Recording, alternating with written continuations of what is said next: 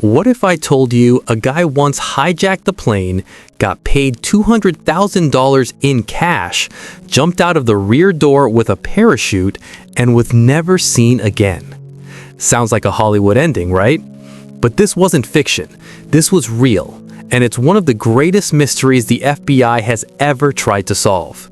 Today, we're diving deep into the unsolved enigma known only as D.B. Cooper, a mystery that's baffled the FBI for decades and spawned more theories than we can count. And stick with me, because by the end, you're gonna have your own theory about what really happened. It was November 24, 1971, the day after Thanksgiving. I want you to picture this. A crisp fall morning. A man in a suit and tie walks into Portland's airport and buys a ticket for Northwest Orient Airlines Flight 305 to Seattle. Nothing about him screamed criminal mastermind, but by the time that flight landed, everything changed. He sits down, orders a bourbon and soda, and waits. Calm, collected, normal. But that normalcy? It was the mask for something terrifyingly bold. Once the plane is in the air, this man turns to a flight attendant and hands her a note. It says he has a bomb. He wants $200,000 in unmarked bills, 4 parachutes, and no tricks. And get this, he didn't shout. He didn't panic. He simply made his demands. Now, think about that for a second. This wasn't your typical screaming hijacker. This guy was calm, prepared, strategic, almost like he had thought this through. The authorities complied. They landed in Seattle, and just like he said, they freed all the passengers. He got his cash, he got his parachutes, and here's where it gets wild. Shortly after takeoff from Seattle, back into the night, he opens the rear stairs of the plane and jumps out into the darkness with a briefcase full of money. No trace of him.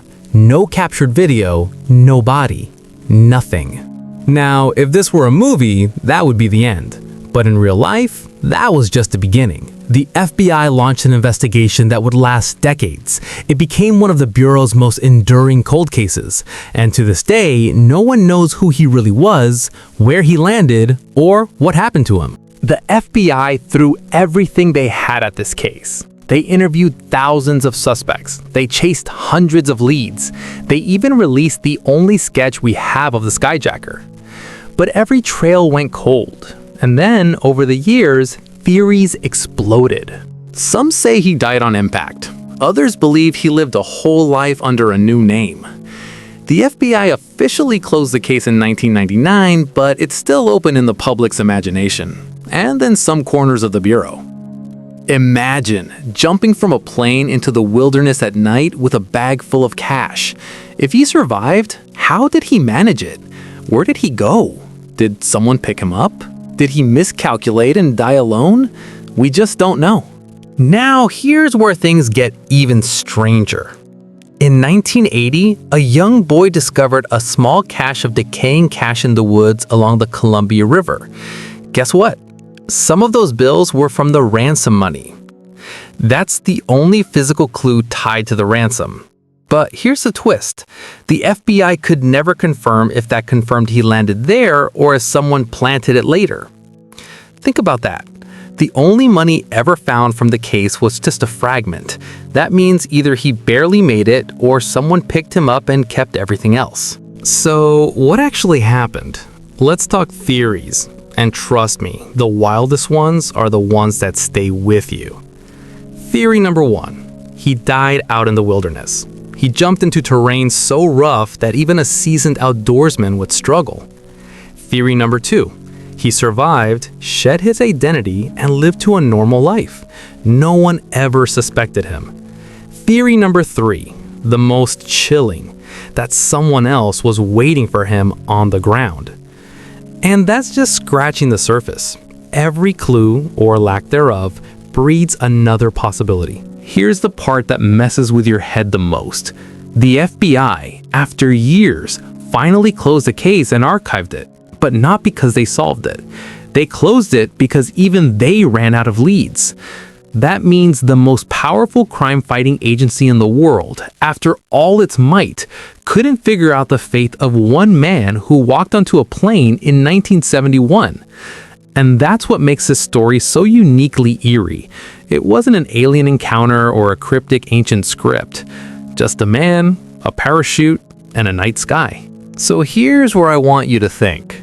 Did D.B. Cooper die alone in the forest? Did he make it to civilization? Did he split the money with someone?